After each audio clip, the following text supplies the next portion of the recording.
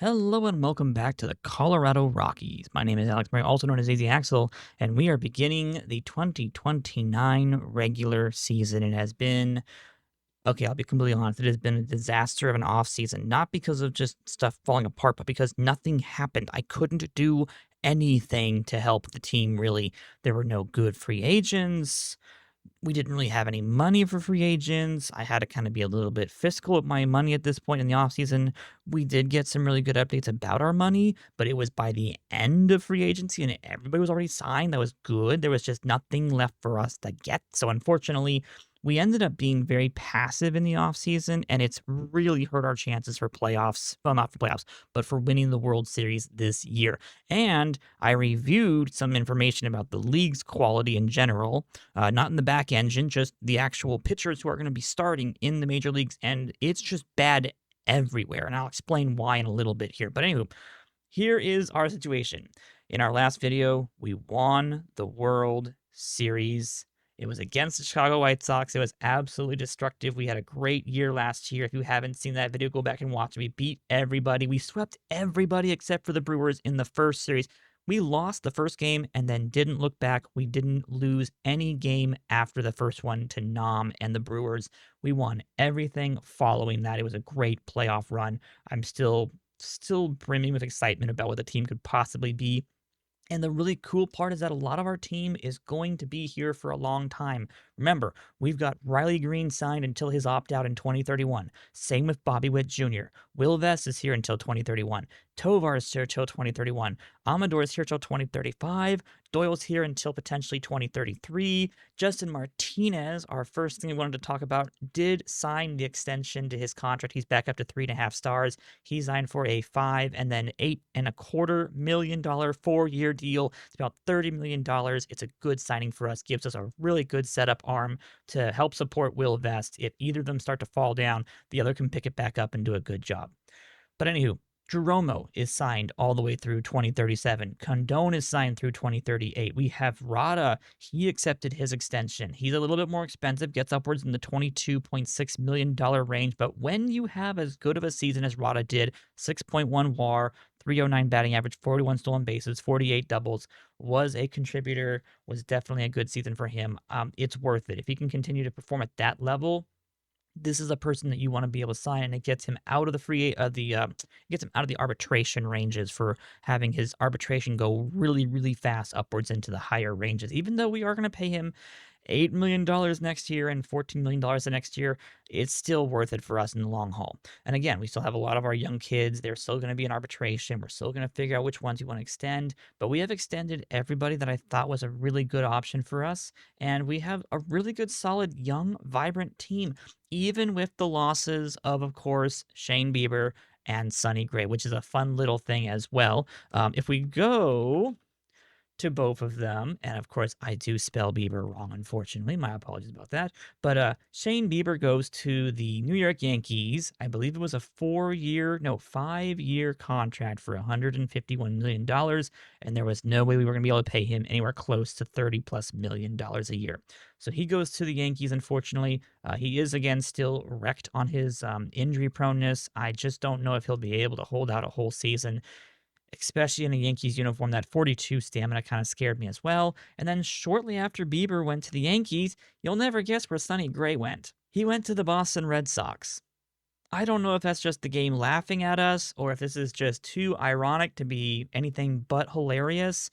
But Sonny Gray is going to play for the Boston Red Sox. So our two best pitchers have split into the AL East rivalry system, one on the pinstripes and one in the Boston Red Sox. It's going to be an interesting season in the AL East. But unfortunately, they did both sign. Sonny Gray ended up getting a 2-year, $22.6 million contract. He might have been the person that we could have signed, but again, he's wrecked. And I just don't like the home run allowed number going down. The movement's not that great. The stuff is not that great. It's almost just all control now holding on for Sonny Gray. So unfortunately, we did not get to keep either of our two starting pitchers, and it's going to show. Now, you may have noticed that our salaries for the next couple of years has actually gone down. We're now down to a projected amount of $199 million by 2031. And again, that's because we basically had Bieber opt out of his contract. We were not going to pay him, what was it, the 35 million, I think we or offer him at that point. It would have been expensive, but that has given us some money. We do have $46 million lying around right now. Only 24 of it is available for extensions. We have pretty much extended everybody we wanted to, though. We're kind of at a position where we're actually really solidly set up and ready to go for the foreseeable future. The question is just going to be, how quickly can I get some replacement pitching staff? Because basically that loss of Beiber and Gray, and then unfortunately we did have Chase Hampton go down to elbow inflammation during spring training. He's out for another 2 weeks. Unfortunately, that just was three big starting pitchers that just are not in our rotation. It has left me scrambling for anybody and everybody that I can find. So let's at least talk about the offseason, and we'll get around to what our team looks like. We did end up winning only two gold gloves. Of course, we had Drew Romo and we had Brenton Doyle. So Doyle continues to be barely good enough to keep holding on to his center field starting position. I think he's still going to be worth the $8 to $9 million if he can continue to give us a qualified Gold Glove center fielder that is worth its weight in gold, and it's worth its weight for about $8 to $9 million. And I just don't have anybody else that can really do as good of a job there. Rada did re-sign. The fans like that. Rada did end up getting the unanimous Rookie of the Year. It really wasn't too much of a contest. Dylan Beavers was kind of the only other person that might have been contesting for it, but he only had a 2.5 WAR season. It really wasn't a competition. It was all Nelson Rada. Gabe Kapler ended up getting Manager of the Year as expected. He is now officially excellent on his reputation. Apologies about that. He has now won Manager of the Year 2 times in his almost 11 years of managerial experience at this point. 5 years of us, and then of course the 5 years, 4 years with the Giants and 2 years with the Phillies. So it's been an interesting, bumpy ride for Gabe Kapler. He hasn't clamped down on any more of his managing attributes. He hasn't told us that he is going to control more. So we're still able to do some stuff, but the bench coach and base coaches and setting staff is a little bit of a problem. We might be looking at our last season with Gabe Kapler here. I don't actually know when he signed through.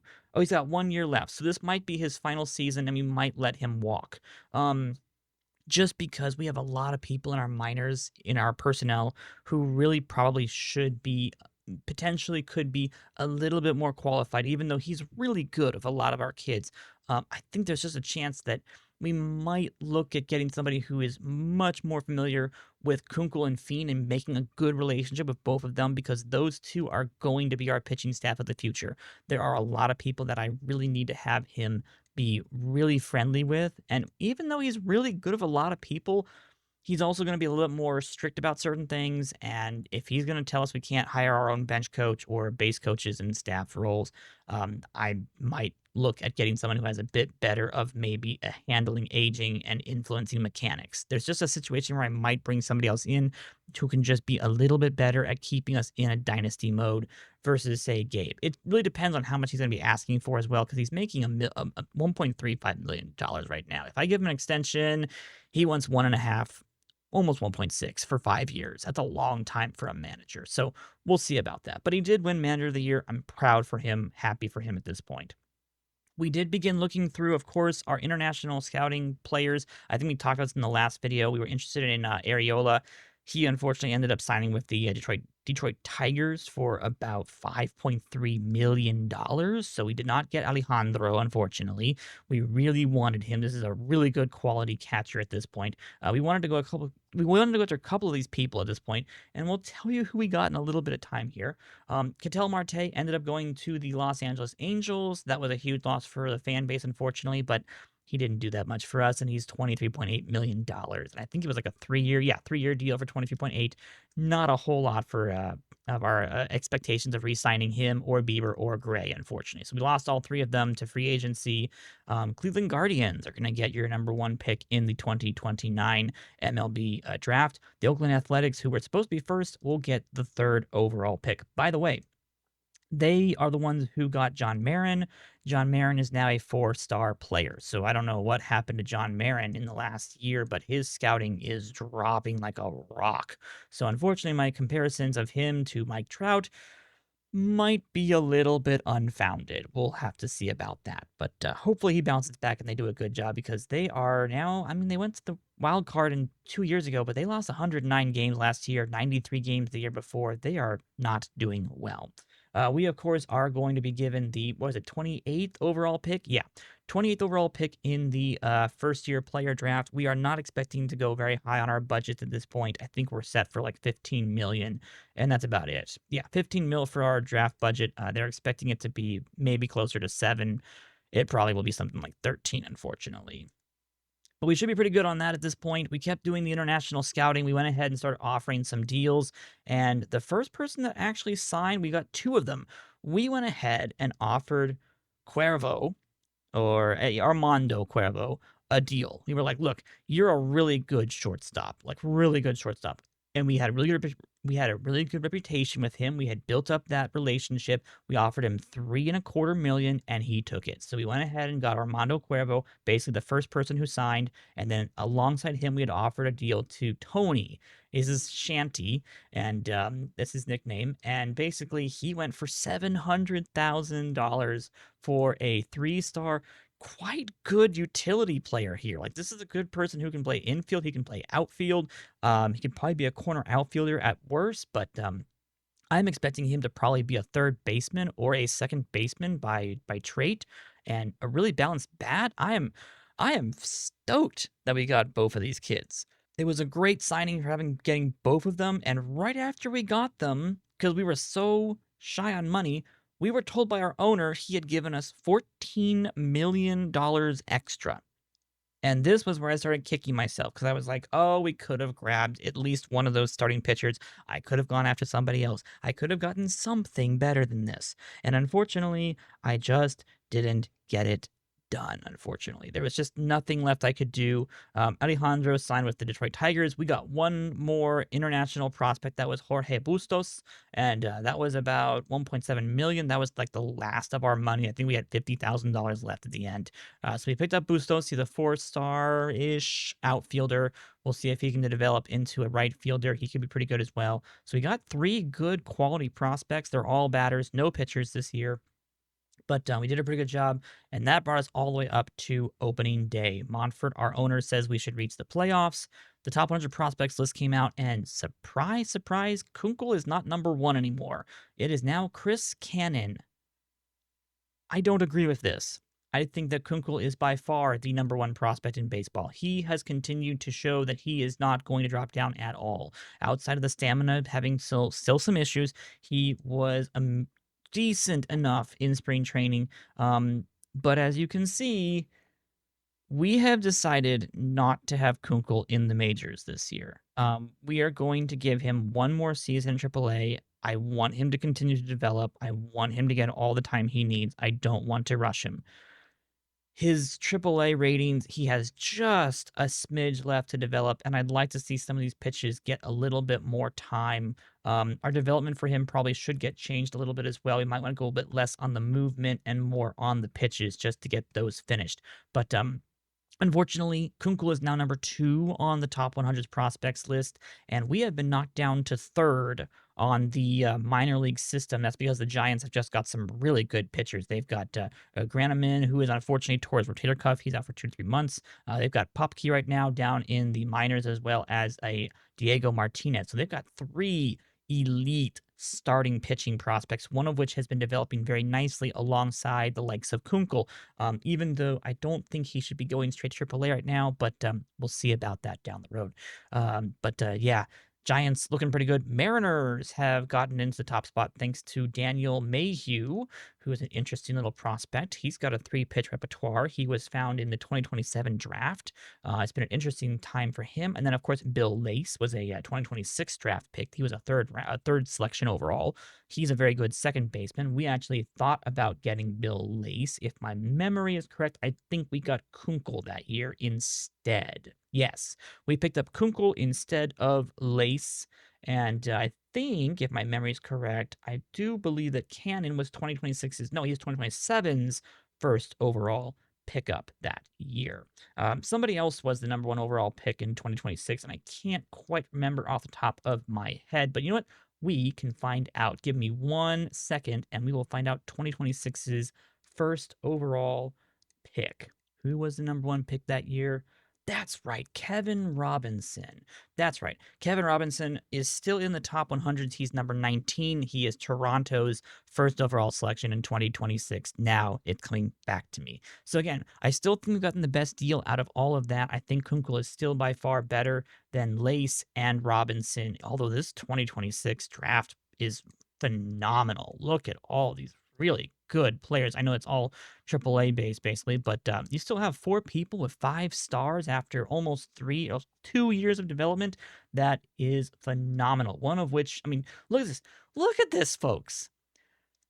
Kunkel is being outperformed by Lyndon Fondes, the Mets' number 1, the first round selection. He was number 18 overall.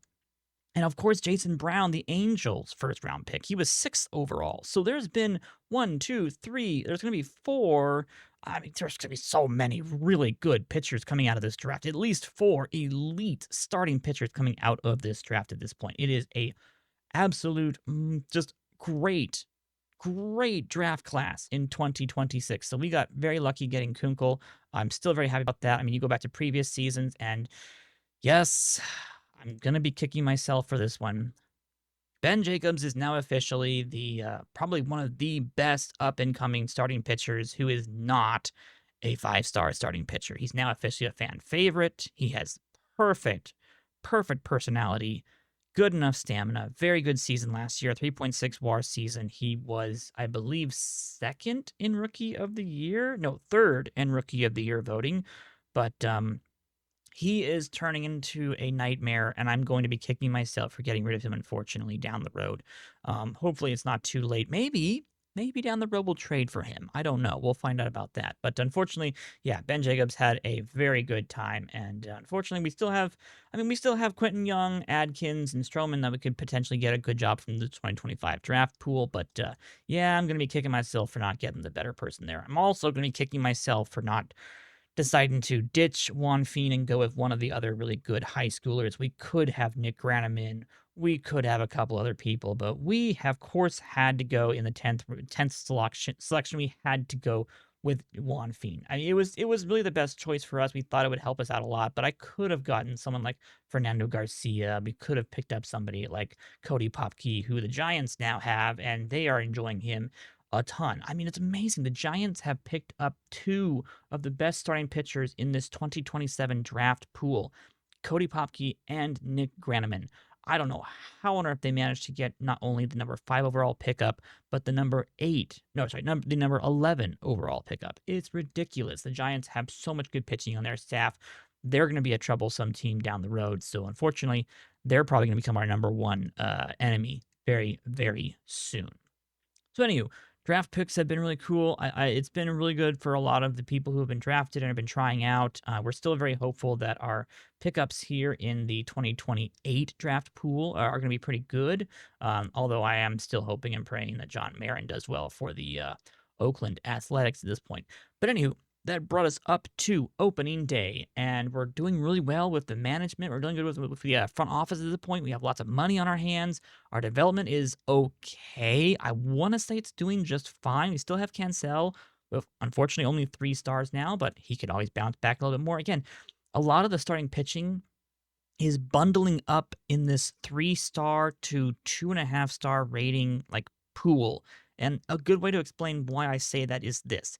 If we go to all MLB players and we do not do international or free agents, and I go to just starters, there are 162 starting pitchers in the big leagues right now.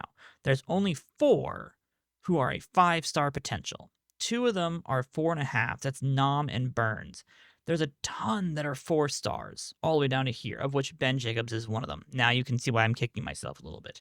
But then there's a small amount of these 3.5 stars, and then tons of 2.5-star starting pitchers and 2-star starting pitchers. These are starting pitchers, folks. So there's a lot of teams who are throwing pitchers who probably shouldn't be throwing in the majors, but because of the fact that the quality is going through a new generation, there's going to be a lot of these new Jason Brownses and Lyndon Fondezes. A lot of these young kids are starting to pop up. They're starting to come through. You've got Reaver Camacho, another person that we traded away, unfortunately. He's now a 4-star potential prospect. So I'm going to be kicking myself for that Detroit Tigers pickup. All I can say is, Riley Green, you need to be worth this, okay? You need to be worth it. They've got now officially Reese Olson, almost a 4-star prospect. Ben Jacobs, a 4-star prospect. Camacho's a 4-star prospect. We gave the Detroit Tigers the starting rotation, half of a starting rotation. We gave them half of a starting rotation, all good and prim and proper and ready to go. If the Tigers are not winning the American League Central every single season for the next 5 years, I don't know what I could have done worse to give them just every advantage in the world. So I'm gonna be kicking myself about that deal, unfortunately. You guys can blame me in the channel if you want to be able to say that I shouldn't have done that one, but considering how well Riley Green did, if he can do 6 WAR a season, I'm still going to consider that a win. I'm still going to consider that a win. We won the World Series, okay? We won the World Series. It was a win now situation. I probably shouldn't have done it. I probably should have gone through with the whole entire rebuild and finished the rebuild, keep our players, but I just didn't know how well those two in particular were going to turn out. And they have both met and exceeded my expectations, and it's going to haunt my nightmares, okay? It's going to haunt my nightmares. Anywho, all that to say, I am still very happy with the way the team is turning out. We have some good batting prospects coming now through the system. We've got Cuervo, we've got Tony. We have, of course, Quentin Young still, Chris Hunt still in the system. We have Telmo, who's our new center field prospect. He's pretty good. He probably will turn into a right fielder down the road. Bustos is another person on there as well. Aaron Eckert's still pretty good at this point. Still expecting to see Ghiberti develop into something hopefully down the road. Of course, then Cuervo is pretty good as well. Still expecting Yearwood and Harvey to be pretty good down the road as well. We got to start seeing some of them develop, but we have a full team ready to go pretty soon here. And the starting rotation is starting to get there as well. We've got Kunkel, Cancel, and Fiend getting pretty close to being ready. Dominguez is also pretty close to being ready. I think he's going to be starting in Double-A this season with Cancel, I believe. They're either both A+ or they're both Double-A. But we'll see how that goes. We've got some interesting bullpen depth as well.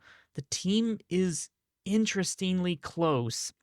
We haven't had any lucky breaks. I think the only lucky break we've had is Larry Kunkel. That's the only person that I would say we've actually managed to get a lucky break on, and we still have in the system. Otherwise, it would have been Jacobs and it would have been Paulino. But unfortunately, I got rid of both of them for Riley Green. So we know, hey, it happens. Either way, we're looking pretty good for the season. Our expectations is to make playoffs. The lineup, I'll start there because that's the glowing gold part of our team. Nothing has changed. Literally nothing has changed. Some new depth players have been added. We now officially have Brito, Guevara, Anderson, and Taylor to back up all of our positions. That's 3 switch hitters and a right-handed batter. Otherwise, of course, left to right, Riley Green, Brenton Doyle, Nelson Rada. Infield's going to be Whit Jr., Tovar at shortstop, Amador at second, but we've decided to keep everybody at the position they were at. Bobby Witt Jr. is now officially 4.5 stars. He had a good spring. He's looking pretty good. He's looking primed to have a breakout season once again. So hopefully him and Green can give us both 6 WAR seasons at least. Maybe Witt can give us a 7 or an 8. That'd be fantastic. But him and Green, both 4.5 stars, both primed to have breakout seasons. Of course, Tovar also being able to be pretty good at shortstop. He looked like he's primed to maybe have a little bit of a resurgency season, as does Amador. He's back up to 3.5 stars. And of course, we have Charlie Condon, 3.5 stars at our first base position. He's been trying to get that last little bit of development done. We're just hoping that he bounces back and has another 300 season. That would be just fine. Otherwise, behind the dish, Drew Romo is going to be backed up by Ethan Anderson, who is our new backup catcher right now. He's going to try to develop that a little bit more, get up to speed on that. But he's a good hitting catcher at this point. He's better than Romo in hitting, but he'll also back up first base outside of course, Brito helping out with first base as well. Nathan Lukes returns to the DH position. He'll be actually splitting some time with Brito, I believe, because they both are going to be going versus lefties and righties. So they'll platoon that position, and we'll see how good that does. Now, you may have noticed on our list of players here, a lot of really good ratings in the bottom, no good ratings in the top. And that's because this is our pitching staff. It is, I'm going to say abysmal, but we're going to see how good it does this season. This could be a rough season, folks. This could be really, really rough. I will be doing everything in my power to acquire, trade, waiver claim, whatever I can do to get some people into the system that are better than we have, because there is just nothing out there. That's the problem. There's just nothing out there, and I didn't want to rush Kunkel. I didn't want to rush Fiend. I don't want to rush Dominguez, and I don't want to rush Cancel. I need them to develop fully before I start bringing them in, because our offense is going to click. We'll be just fine on that. I think I can throw almost anybody into our rotation that's at least 2.5 stars, and they'll do just fine. I think that our offense is that good. So as long as we don't get injuries, we'll be just fine. If we get injuries, we're going to be in trouble. So we'll see how that goes. Otherwise, our rotation is Eduardo Rodriguez, Chase Dollander, Carlos Rodriguez, Lucas Giolito, and AJ Smith-Shawver is going to be our rotation right now. Once Chase Hampton comes back, I probably will have Shawver go back to the bullpen. Vest, Martinez, Cox, Enriquez, Leclerc is back into the middle relief now. Flores, Grice, and Hernandez being our bullpen squad at this point. And I don't think we have anybody who's a Rule 5 pickup. No, yeah, Grice is our only, I think, Rule 5 pickup who's left. No, Will Taylor is also a Rule 5 pickup. So we've got a couple people we picked up in the Rule 5 draft. We're going to try them out, see how they do. Yes, and Guevara was also from the Texas Rangers. So we've actually got a lot of our depth back from the Rule 5 draft. We did a good job utilizing that to get ourselves some extra depth to see how it's going. And I know these ratings look really bad, but here's how I'm justifying it. A lot of our starting pitchers are actually 3.5 star AAA level quality people, which usually means that they're above average for the majors. Even if it's a 2-star or 2.5 star, that means they're above average, which means they'll perform okay. And they'll be on par with what the rest of the league has as well. If I go to a team like the Arizona Diamondbacks, they have Hom, they've got Giesling, and then they've got 2 stars. Maybe they've got one more. No, they've got 2 stars. So I know the D-backs are not the best example to do. Let's pick the White Sox. They've got Crochet, who's a 4-star. They've got Wynn, who's a 2-star. Murphy's a 2.5. Fernandez is 2.5. And Infante is 2. So a lot of teams are struggling. A lot of teams are struggling to find anybody good for their starting rotation. You're lucky if you get anything good. Here's the Royals. They've got one of our own players. They've got Jordy Vargas, and he's not even expected to be starting this season. So it's rough all over the place. Gabriel Hughes and Vargas both not starting for the Kansas City Royals. So it's rough right now. It's hard to find teams who have really good rotations, unless, of course, you're a team like the Dodgers. I think they still have, 3 of the best starting rotation, 3 best pitchers in the big leagues right now. I think the Yankees were able to acquire a couple of good arms to go alongside. Yeah, they got Bieber and Suarez in the offseason. They have Assis and Senga and Marte as their rotation. That's a little bit better. But otherwise, it's just really hard to find good pitching right now. I think the Angels also might have one of the best rotations with Brown, King, Carey, Brecht, and Lohr. We gave them 2 of them, by the way. That's Brecht. That's our former prospect about there. He had an okay season last year. Actually, it was pretty good. We'll see if he can bounce back this year and do better. And then, of course, Lohr was serviceable with his 12 starts last season. So we'll see what happens with all of these teams. Again, it isn't that we have, really bad starting rotation people. It's just the league doesn't have a lot of talent on the pitching side. So it's going to be an interesting season for a lot of teams on the pitching perspective. Last but not least, I'll leave you on this right here. This is our preseason projections. The Yankees, Twins, White Sox, Angels, and Mariners are expected to be the best teams in the American League.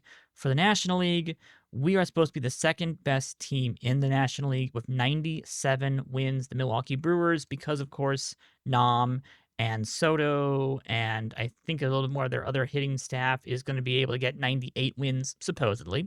The Mets, the Phillies, and the Dodgers and Padres are supposed to be the other good teams in the National League. So as long as we do our job and we actually come out and hit the lights off the ball, Condon is supposed to be having a pretty good season. We're supposed to have a good season from Witt Jr. and, of course, Green. If all 3 of them have really good seasons and we get really good defense from Tovar, if Rada has a similarly good season, we should be just fine. We should be able to compete with the best of the best. Our pitching is going to be all about our bullpen. We're going to have to win a lot of games late, and we're just going to hope and pray that our offense is able to propel us forwards in this upcoming season. Walker Jenkins, by the way, is expected to hit maybe around 60 home runs this year. This is an interesting prospect. He has developed quite nicely, so we'll see how that goes. But otherwise, that's pretty much it, guys. That's going to be it for the beginning of the 2029 regular season. I, again, will try my best to get something in the trade block or in the system, just because there's just not a whole lot out here. So I'll let you guys know what I can do. We'll see what happens, and I'll see you all in the next episode.